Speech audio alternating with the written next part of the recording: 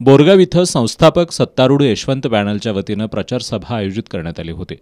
या सभेत बोलताना बँकेचे अध्यक्ष एकनाथ पाटील यांनी बँकेनं सर्वच क्षेत्रात यशस्वी घोडदौड सुरू ठेवली असून या चांगल्या कामामधून धनदांडग्यांना बाजूला ठेवा असं आवाहन केलं। विरोधकांकडून बँकेची पत धोक्यात आली आहे अशी टीका प्रचार सभांमधून होती, परंतु ही टीका चुकीची आहे।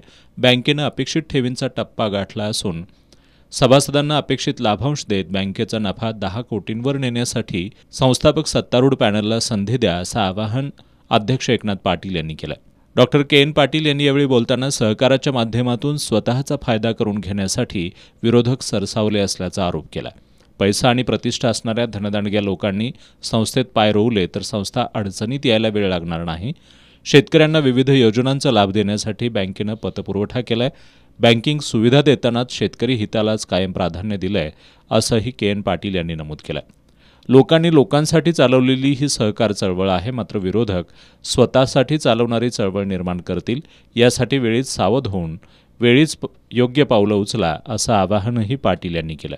यावेळी मारुती गायकवाड, आनंदा नायकवडे, भानुदास कांबळे, सर्जेराव चव्हाण, आनंदा पाटील, हिंदूराव तोडकर, सर्जेराव पाटील, कृष्णात जांभळे, सर्जेराव पाटील, राजेंद्र पाटील, संग्राम भापकर, पांडुरंग पाटील, नामदेव मोरे, तानाजी मोरे, शिवाजी खाडे आदी उपस्थित होते।